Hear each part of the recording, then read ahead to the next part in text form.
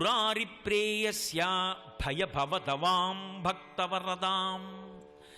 భయభవదవాం, అత్యంత భయమునకు కారణమైనటువంటి భవం ఇది ఉన్నదో. భవము అంటే సంసారము, మళ్ళీ పుట్టుట మళ్ళీ చచ్చుట, మళ్ళీ పుట్టుట మళ్ళీ చచ్చుట. లోకంలో మధ్యలో ఉన్నవి కష్టాలంటారు, కానీ అసలు కష్టం అనేటటువంటివి రెండే. మొదటి కష్టం ఏది అంటే అమ్మ కడుపులో ఉండి బయటికి రావడం. రెండో కష్టం ఏది అంటే బయటికి వచ్చిన తరువాత శరీరంలోంచి బయటికి వెళ్ళిపోవడం. ఈ రెండే కష్టాలు. ఎందుచేత అంటే 9 రంధ్రాలు అంటారు, కానీ 9 కాదు, 11 రంధ్రాలు ఉంటాయి శరీరానికి. 2 కన్ను రంధ్రాలు, 2 ముక్కు రంధ్రాలు, 2 చెవి రంధ్రాలు 6, నోరు 7, మలద్వారం 8, మూత్రద్వారము 9, 10వది నాభీరంధ్రము, 11వది బ్రహ్మరంధ్రము. పుట్టగానే మూసుకుంటుంది నాభీరంధ్రం. అమ్మ నాభి కత్తిరించేస్తారు. కత్తిరించేస్తే అమ్మకి కొడుక్కి లేదా కూతురికి నాభీ సంబంధం తెగుతుంది, కానీ హృదయ సంబంధం ఉండిపోతుంది. మా అమ్మ అని, నా కొడుకు.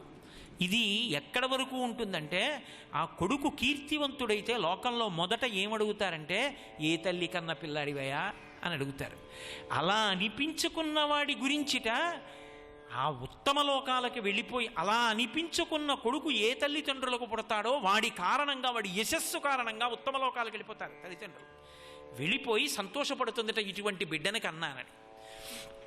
కాబట్టి హృదయ సంబంధం మిగిలిపోతుంది. ఒక రంధ్రం మూసుకుంది, 10వ రంధ్రం. 11వ రంధ్రం బ్రహ్మరంధ్రం. అందుకే పాపట అంటే సీమంతము, సీమాంతము ఇక్కడ వరకే పాపట తీస్తారు, అది దాటి తీయరు. ఎందుకంటే బ్రహ్మరంధ్రం ఉంటుంది, దాన్ని తట్టకూడదు. అది ఎప్పుడు తెరుచుకోవాలంటే ప్రాణములు ఉద్గమించేటప్పుడు ఆ రంధ్రాన్ని భేదించుకుని వెళ్ళిపోయాడు అంటే ఇక తిరిగి రాడు అని గుర్తు. అది పగలకుండా ఎక్కడి నుంచైనా వెళ్ళిపోయాడు అనుకోండి, దొంగదారిలో వెళ్ళిపోయాడు కాబట్టి మళ్ళీ వస్తాడు ఇంకో శరీరంలోకి, పునర్జన్మ ఉన్నది అని గుర్తు. కాబట్టి ఇప్పుడు 11 రంధ్రాలు. ఈ 11 రంధ్రాలలో ఎవరు భగవంతుని యొక్క అనుగ్రహాన్ని పొందారో వాళ్ళు మళ్ళీ పుట్టవలసినటువంటి అవసరం ఉండదు. కానీ పుట్టాడు కాబట్టి ఇది ఆఖరిసారి శరీరాన్ని విడిచిపెట్టేస్తాడు. ఇక సంసార భయం ఉండదు, అంటే జనన మరణములకు సంబంధించిన భయము లేదు. అటువంటి స్థితిని ఇవ్వగలిగినటువంటి అధిష్టాన శక్తి కలిగిన జలప్రవాహమునకే యమునా అని పేరు. అందుకే యమునా నదిలో ఒక్కసారి స్నానం చేస్తే భయభవదవాం భక్తవరదాం, ఆ తల్లి భక్తులైనటువంటి వారికి సమస్తమైనటువంటి వరములను కూడా కటాక్షిస్తుంది. కాబట్టి భయభవదవాం భక్తవరదాం విషజ్వాలోన్ముక్తాం, ఆమె విషజ్వాలల నుంచి విముక్తి పొందింది. శంకరాచార్యుల వారి యొక్క శ్లోకాలకి ఒక వైభవం ఉంటుంది. ఏమిటా వైభవము అంటే కొన్ని స్పష్టంగా చెప్తారు, కొన్ని స్పష్టంగా చెప్పరు. అలా స్పష్టంగా చెప్పకపోతే ఏమవుతుందంటే అది ఏమిటో తెలుసుకోవాలని ఒక కోరిక పుడుతుంది. ఆ కోరిక పుడితే ఏమవుతుంది, ఏమిటండి ఇది ఇలా ఎందుకుందండి, ఇదేమిటండి అని మీరు అడుగుతారు. అడిగి అది తెలుసుకోవాలన్న ప్రయత్నంలో అసలు అటువంటి ఆర్తి ఒకటి ఉంటే అందరినీ అడుగుతాం. అడిగి తెలుసుకున్నాం అనుకోండి, అదే తపస్సు. అది తెలిసిందనుకోండి, అబ్బా చాలా గొప్పగా ఉందండి, నిజము సుమా అంటాం. అలా తపస్సు చేయించి చెప్పిస్తారు. అందుకని విషజ్వాలోన్ముక్తాం, యమునా నది విషజ్వాలల నుండి విముక్తమైంది. ఏమిటి అంత గొప్ప యమునా నది విషజ్వాలల చేత కమ్మబడడం ఏమిటి, ఎందుకు జరిగిందలా అంటే యమునా నదికి కాళింది అని ఒక పేరు. ఇది కళింద పర్వతం మించి ఆ ప్రవాహం ప్రారంభమైంది కాబట్టి కాళింది అని పేరు. అటువంటి యమున ఒకప్పుడు కాళీయ సర్పము చేత ఆవరింపబడింది. కాళీయుడు గరుత్మంతునికి భయపడి సముద్రంలో ఉండడం మానేసి ఒక్క యమునా నదిలో ఆ మడుగు దగ్గరికి రాడు, అక్కడ సౌభరి తపస్సు చేసి గరుత్మంతుణ్ణి శపించాడు కాబట్టి అక్కడ ఆ ప్రవాహంలో కూర్చున్నాడు. యమునా నది ప్రవాహంలో ఆయన భార్యలు, ఆయన బిడ్డలు అందరూ అందులో ఉండేవారు.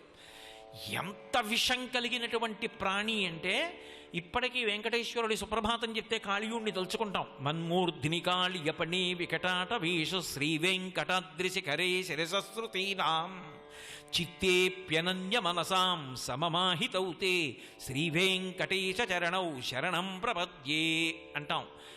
అటువంటి కాళీయుడు భార్యాబిడ్డలతో కలిసి యమునా నదిలో పడుకున్నాడు. నీళ్ళన్నీ విషమైపోయాయి. ఆయన విడిచిపెట్టేటటువంటి విషపు గాలులకు పైన ఆకాశంలో ఎగురుతున్న పక్షులు కూడా నేల మీద పడిపోయి సముద్రంలో ఆ నదిలో పడిపోయి ప్రాణం విడిచిపెట్టేవి, తినేస్తుండేవాడు. ఒకసారి తెలియక గోపాలబాలురు ఆవులు ఆ నీరు తాగారు. తాగితే పడిపోయి ప్రాణం విడిచిపెడితే శ్రీకృష్ణ పరమాత్మ తన అమృత దృక్కుల చేత వాళ్ళని బ్రతికించాడు. బ్రతికించి అరెరే ఈ కాళింది మడుగుని శుభ్రం చెయ్యాలి, లేకపోతే రేపు పొద్దున్న ఇంకోళ్ళు మరణిస్తారు. ఇది నది విషతుల్యం కాకూడదు. కృష్ణ పరమాత్మ చేసిన ప్రక్రియ జ్ఞాపకం పెట్టుకోవడానికే రాబోయేటటువంటి కాలాలలో నదుల్ని విషతుల్యం చేస్తారని శంకరాచార్యుల వారికి తెలిసేమో, ఆయనకి తెలియనిదే ఉంటుంది. అందుకే ఈ మాట వేశారు నది గురించి. మీరు ఎప్పుడైనా మధ్యలో ఉంటే ఇద్దరు కలిసి కూర్చున్నా సరే వాళ్ళిద్దరూ వేరువేరుగా ఉన్నట్టే లెక్క.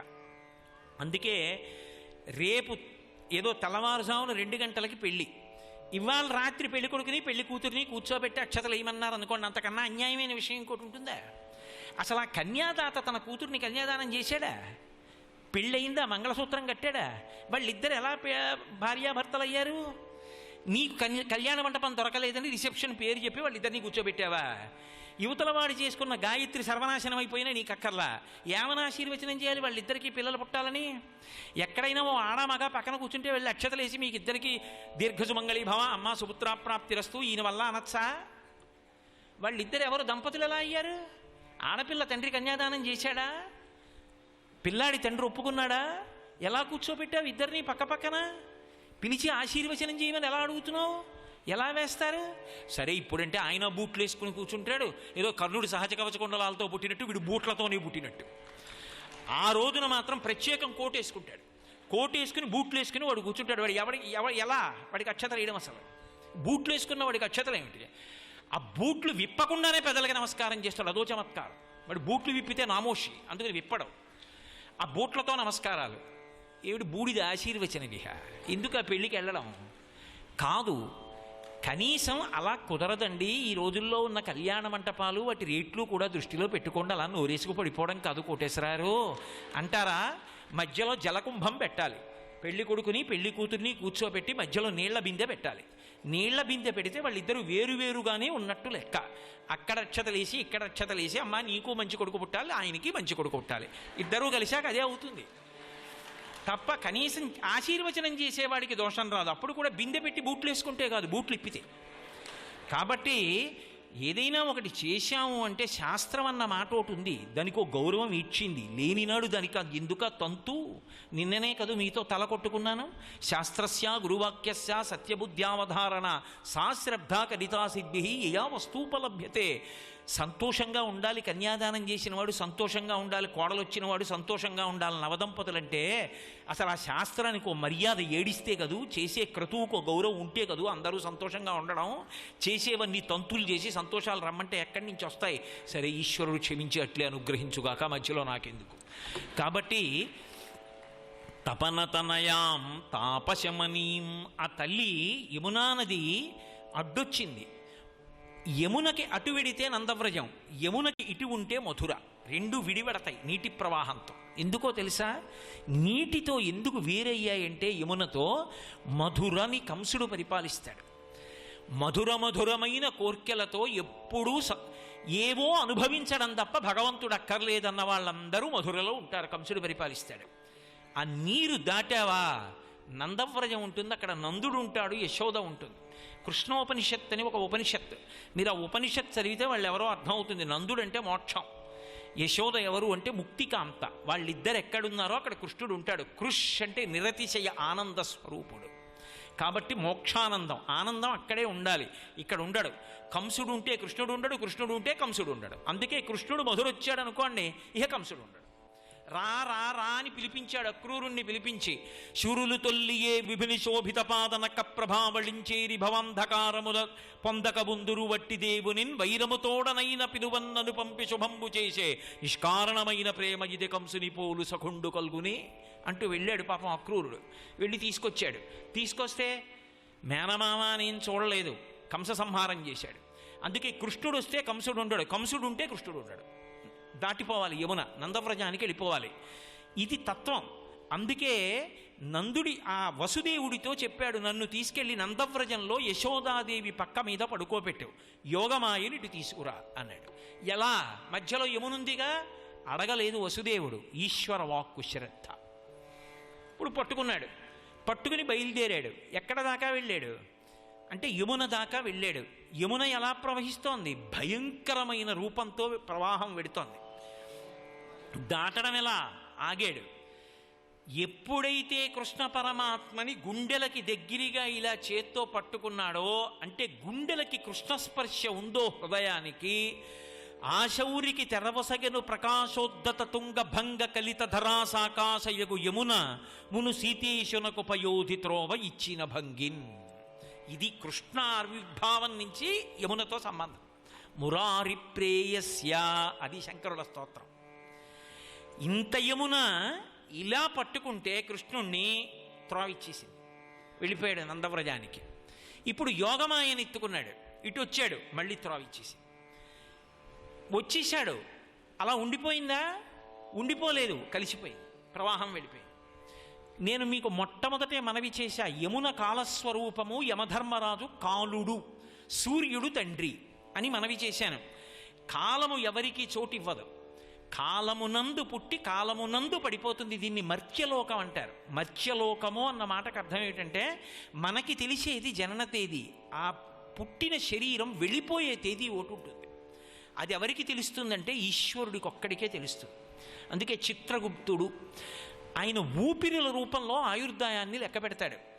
ఎన్ని ఊపిరిలుగా ఇచ్చాను అన్నది ఇక్కడే కూర్చుని లెక్క పెట్టుకుంటూ ఉంటాడు. ఆ ఊపిరిలు అయిపోగానే బయటికి వెళ్ళిపోతాడు. శివం వెళ్ళిపోతే శవం, శరీరం పడిపోతుంది. అందుకని పడిపోయే తేదీ తెలియదు, పుట్టిన తేదీ తెలుస్తుంది. పుట్టిన తేదీ ఉంది అంటే పడిపోయే తేదీ కూడా ఉంది, వెళ్ళిపోతుంది. ఈ లోకమునందు కాలములో వచ్చిన ఏ ప్రాణి కూడా శాశ్వతముగా ఉండడం అన్నది సంభవం కాదు. అలా ఉండవు కాబట్టే దీనికి మర్త్యలోకమని పేరు. అటువంటి లోకంలో పుట్టి శరీరంతో ఉండిపోవాలని ఎవడైనా కోరితే ఇది రాక్షసత్వం అంటారు. అందుకే అలా కోరుకుంటే రాక్షసుడు కాదయా. శరీరం వెళ్ళిపోతుంది, ఆత్మ ఎక్కడికి వెళ్ళదని తెలుసుకున్నవాడెవరో వాడు జ్ఞాని. ఈ ఉరుములు, ఈ మెరుపులు, ఈ యసనుల ఘోషములను, ఈ జలధారల్ నియానమున్నిరుంగముకు యాళింపగదయ్య గుణరత్ననిధి. ఇంతకుముందు ఎప్పుడు చూడలేదు ఏమిటి ఈ వాన? ఈశ్వరా మమ్మల్ని అనుగ్రహించు, ఈశ్వరా అనలేదు వాళ్ళు, కృష్ణ అనుగ్రహించు అన్నారు. అనేటప్పటికీ కేవలం మనుష్యుల కోసం కాదు, ఆవులు, దూడలు ఇవన్నీ ఉన్నాయి, వీటి కోసమని చెప్పి ఎక్కడికో రండ్రా అనలేదు ఆయన. బాలుండాడుచునాతపత్రమని సంభావించి పూగుత్తి కింగీలం దల్చిన లీలలేనగవుతో కృష్ణుండు తానం మహాశైలమ్మున్ అలకేల దల్చి విపుల ఛత్రంబుగా పట్టె తద్భీల భృత్యుత దిశిలా చకిత గోపీ గోప గోపంక్తికిన్. ఆడుకుంటూ ఆడుకుంటూ పిల్లవాడు అలా పరిగెడుతూ అక్కడే ఉన్నటువంటి ఒక పువ్వుని చేత్తో కోసి హేళగా పట్టుకుని పైన ఏదో గొడుగు పట్టుకున్నట్టు పరిగెడితే ఎలా ఉంటుందో అలా గోవర్ధన పర్వతాన్ని పెల్లగించి చిటికిన వేలితో పైకెత్తి పట్టుకున్నాడు. పట్టుకుని ఒక్క గోపాల బాలుని కాదు, ముందు నమ్మి వచ్చినవి ఎవరంటే ఆవులు, దూడలు లోపలికి వచ్చాయి. నమ్మనిది ఎవరంటే పెద్దవాళ్ళు. కొండ వదిలేస్తే బయట ఉంటే కాళ్ళు చేతులు విరుగుతాయి, వడగళ్ళకి లోపలికి వెళ్ళిన తర్వాత వదిలేస్తే కొండ మేము రామన్నారు. అంటే మహానుభావుడు ఈ కొండ పడిపోతుంది అనుకుంటున్నారా? ఒక్క నాటికి పడదు. బాలుండీతడు కొండ దొడ్డది మహాభారంబు శైరింపగా దాలండో జనిదీని కింద నిలువంచెంకింపగా బోలదీ శైలంబో నిధి జంతు సంజట ధరాచక్రంబు పైపడ్డ నాకేలల్లాడదు బంధులార నిలుడీ క్రిందన్ ప్రమోదంబునన్. బెంగ పెట్టుకోకండ్రా, రండి కాపాడతానని కొండ ఎత్తి 7 రాత్రులు 7 పగళ్ళు పట్టుకున్నాడు. ఎన్నాళ్ళు బతికినా ఆది సోమ మంగ బుధ గురు శుక్ర శని 7 రోజులు తప్ప మనకి ఏమున్నాయి? బతకడానికి చావడానికి కూడా 5 రోజులే. ఆ 7 రోజులు బతికున్నంతకాలం సంతోషంగా ఉండాలి అంటే గోవర్ధనోద్ధరణం చేసిన చిన్ని కృష్ణుడి యొక్క పాదాల దగ్గర నిలబడాలి. కాబట్టి ఆ రోజున నోరు లేని నా బిడ్డలు ఆవుల్ని, దూడల్ని కాపాడని కామధేనువు పరిగెత్తుకొచ్చి తన పాలతో అభిషేకం చేసి గోవుల్ని కాపాడాడు కాబట్టి గోవిందా అని బిరుదునిచ్చింది. కాబట్టి గోకుల భీతి వినాశకృతే ఆ యమునా నది ఒడ్డునే జరిగింది ఇది. ఆ యమున కృష్ణుడు ఇద్దరు అవిభాజ్యం, అంతగా పెనవేసుకుపోయినవారు. ఆ గోవులకు నీరిచ్చింది. ఆ గోవులు సామాన్యమైన గోవులు కావు, అవన్నీ కూడా మహర్షులు ఉపనిషత్తులు గోవులుగా వచ్చాయి. ఆ ఉపనిషత్తులు తాగడానికి కావలసినటువంటి నీళ్ళిచ్చిన ఘనత సంతరించుకున్నది యమునా నది కృష్ణావతారంలో. ఆ గోవులు ఎంత పొంగిపోయాయండి. క్రెళ్ళురికె మసలిలే గల్లు మందడి కొని రంకెలిడియ మత వృషభంబుల్ పెళ్ళున ముదుగుల పొదుగుల చల్లించన్ పాలు బాలు సంభవ వేళన్ అంటారు పోతన గారు. దూడలు తోకలెత్తి ఎగిరేయట మా వెంట కృష్ణుడు వస్తాడని. ఆవులు షేరుపాలు ఇచ్చేవి 2 షేర్లు ఇచ్చాయి. ఎద్దులు పెద్ద పెద్ద క్రేంఖణాలు చేశాయి. ఎందుకని?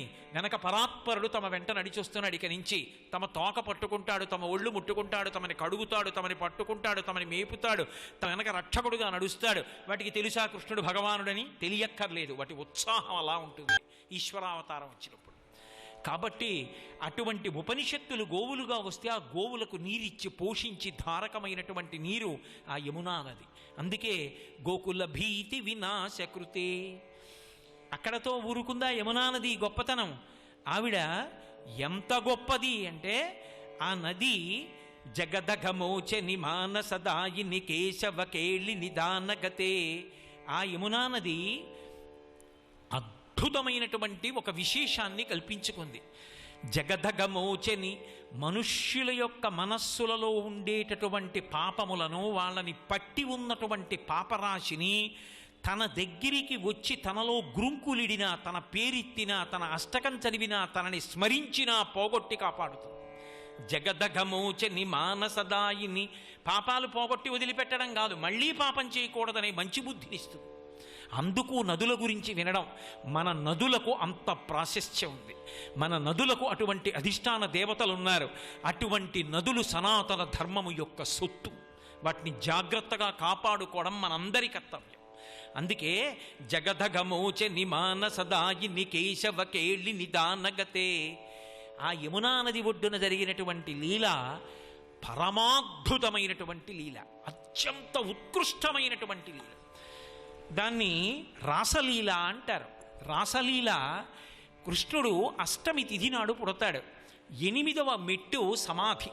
అష్టాంగ యోగంలో చిట్ట చివరిది సమాధి. ఆ సమాధి స్థితికే రాసలీల అని పిలుస్తారు. ఆ రాసలీలలో కృష్ణ భగవానుడు ఎక్కడ చేశాడు రాసలీల అంటే యమునా నది ఒడ్డునే చేశాడు. ఎందుకు చేశాడో తెలుసా? యమున ఒడ్డున చేశాడు అంటే దానికి అర్థం రాసలీలని మనసులో దర్శనం చేసిన, రాసలీలని విన్న, యమున ఒడ్డున జరిగినటువంటి రాసలీలని స్మరించిన కృష్ణ భగవానుడి యొక్క పరిపూర్ణమైనటువంటి అనుగ్రహం కలుగుతుంది. ఆ యమున ఒడ్డునే ఒక రాత్రి వేళ నిలబడి వేణు ఊదాడు. ఊదితే గోపకాంతలందరూ పరుగు పరుగున వెళ్ళారు. వాళ్ళేం కామంతో వెళ్ళలేదు. వాళ్ళు చెప్పుకున్నారు, సిరికి నిదాన చిహ్నముల చేయుభవచ్చరణారవిందముల్ సరసిజ నేత్ర మా తపము సంపద చేరితి విటకేలకున్ పోమగలేము మా మగల మాటలనొల్లము పద్మగంధముల్ మరగిన తేటులితర కుసుమమ్ముల చెంతకు పోవ నేర్చునే అని అడిగారు వాళ్ళు. మీ దగ్గరికి ఎందుకు వచ్చామో తెలుసా? కొన్ని కోట్ల కోట్ల జన్మల నుంచి దారి తప్పి తిరుగుతున్నాం. ఇంతకాలానికి కృష్ణ నీ యొక్క వేణునాదం ఏమిటో అర్థమైంది. మేం పరుగు పరుగున నీ పాదముల దగ్గరికి వచ్చాం. నువ్వు మాకు పతి అంటే మాకు గతి, నిన్ను మేము పొందాలి. మళ్ళీ పతులు వెళ్ళిపోమ్మని అనకు. అది కామంతో అనుభవించిన లీల కాదు, పరమాద్భుతమైనటువంటి లీల రాసలీల. అష్టాంగ యోగంలో 8వ మెట్టు. కాబట్టి మళ్ళీ వెళ్ళిపోమ్మని అనకు, మాకు సంసారమొద్దు. నీ చరణ సేవకులకు సంసార భయము మాన్పి శ్రీకరంపు పట్టు కలిగి కామదాయి అయిన కరసరోజమ్ము మా మస్తకములను నిచి మనుపుమీష. ఇది వాళ్ళ కోరిక. ఎవరు నీ చరణములను సేవిస్తారో వాళ్ళకి సంసార భయం ఉండదు. ఓ కృష్ణ, నువ్వు మాకు సంసార భయాన్ని తీసేయి.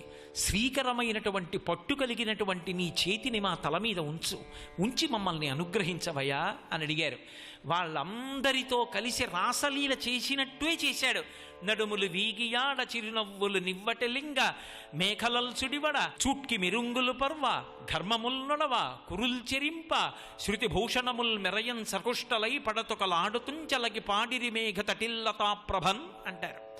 ఆ సమయంబునన్ కృష్ణుడు విభుడు అనంతుడు కృష్ణుడు చిత్రమూర్తి అయి చేసెను మండల భ్రమణశీల పరస్పర బద్ధ బాహు కాంతాసు విలాసమున్ బహువిధ స్ఫురితానన విన్యాసము రాసమున్ అని ఆయన మండలాకారంలో నిలబడ్డాడు. అంటే గోపకాంత కృష్ణుడు, గోపకాంత కృష్ణుడు, గోపకాంత కృష్ణుడు, అంటే ఇద్దరు అంగనల మధ్యలో కృష్ణుడు, ఇద్దరు కృష్ణుల మధ్యలో అంగన, అందరూ మండలాకారంగా గుండ్రంగా నిలబడ్డారు.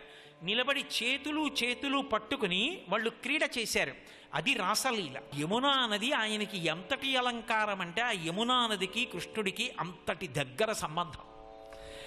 ఆవుల వెంట దూడల వెంట పరుగెత్తాడు. ఆ యమునలో అవి నీళ్లు తాగేవి, ఆ యములలో దిగేవాడు, ఆ యములలో స్నానం చేసేవాడు, ఆ ఆవుల్ని దూడల్ని తోలుకొస్తుండేవాడు. గోపాల బాలులతో గోపకాంతలతో కలిసి అక్కడ అనేకమైనటువంటి లీలలు చేశాడు. ఎన్ని క్రీడలు నిర్వహించాడో మహానుభావుడు. ఆ యమునా నది జలాలు తాగి ఆ యమునా నదిలోకి ఆవుల్ని దూడల్ని దింపి వాటిని శుభ్రంగా కడిగేసి సాయంకాలం వేళ ఇంటికి తోలుకొస్తుంటే కొన్ని లక్షల ఆవుల మందలు నడుస్తూ ఉండేవి. లీలాశుకుడు పొంగిపోయాడు. గోధూళిధూసరిత కోమల గోపవేషం గోపాల బాలక శతైరనుగమ్యమానం సాయంతనే ప్రతిగృహం పశుబంధనార్థం గచ్చంతమచ్యుత శిశుం ప్రణతోస్మి నిత్యం అని.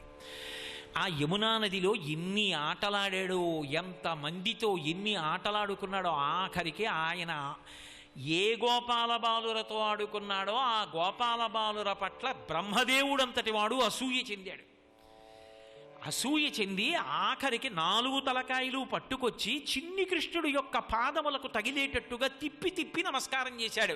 చేసి ఒక్క వరవడుగుతానివ్వయా కృష్ణ అన్నాడు. ఏం కావాలన్నాడు. ఎన్నడునైన యోగి విభులెవ్వని పాదపరాగమింతయున్ కన్నుల కానరట్టి హరి తన్నుచు గుద్దుచు కౌగిట చేర్చుచు చెట్టపట్టుచున్. ఎటువంటి శ్రీ మహావిష్ణువు! ఎన్నడునైన యోగి విభులెవ్వని పాదపరాగమింతయున్ కన్నుల కానరు. యోగి విభులంతటి వాళ్ళు తపస్సు చేస్తే ఆయన పాదాలకి అంటుకున్నటువంటి ఒక కణం కనపడదు. అటువంటి కృష్ణుడిని పట్టుకుని వీళ్ళందరూ ఏం చేస్తున్నారు? ఈ గోపాల బాలురు వీళ్ళందరూ కౌగిట చేర్చుచు చెట్టపట్టుచున్ తన్నుచు గుద్దుచున్ నగచు తద్దయుకైవడి కుడియాడుచున్ మన్నను చేయు వల్లవ కుమారుల భాగ్యము వింత యొప్పునే. వీళ్ళకి తెలుసా తెలియదా పక్కన పెట్టు. పరిపూర్ణావతారం ఆ కృష్ణుడిని పట్టుకుంటున్నారు, కౌగిలించుకుంటున్నారు, తంతున్నారు, గుద్దుతున్నారు, పక్కన చేరుతున్నారు, ఆడుకుంటున్నారు, ఎంగిలి ముద్దలు పెడుతున్నారు. ఆఖరికి పెడుతుంటే మహానుభావుడు వాళ్ళు పెట్టినటువంటి ఎంగిలి ముద్దలు తాను తింటున్నాడు. వీళ్ళకన్నా అదృష్టవంతులు లోకంలో ఎక్కడున్నారయ్యా? అహోభాగ్యం అహోభాగ్యం నందగోప ప్రసౌకసాం జన్మైత్రం పరమానందం పూర్ణం బ్రహ్మ సనాతనం.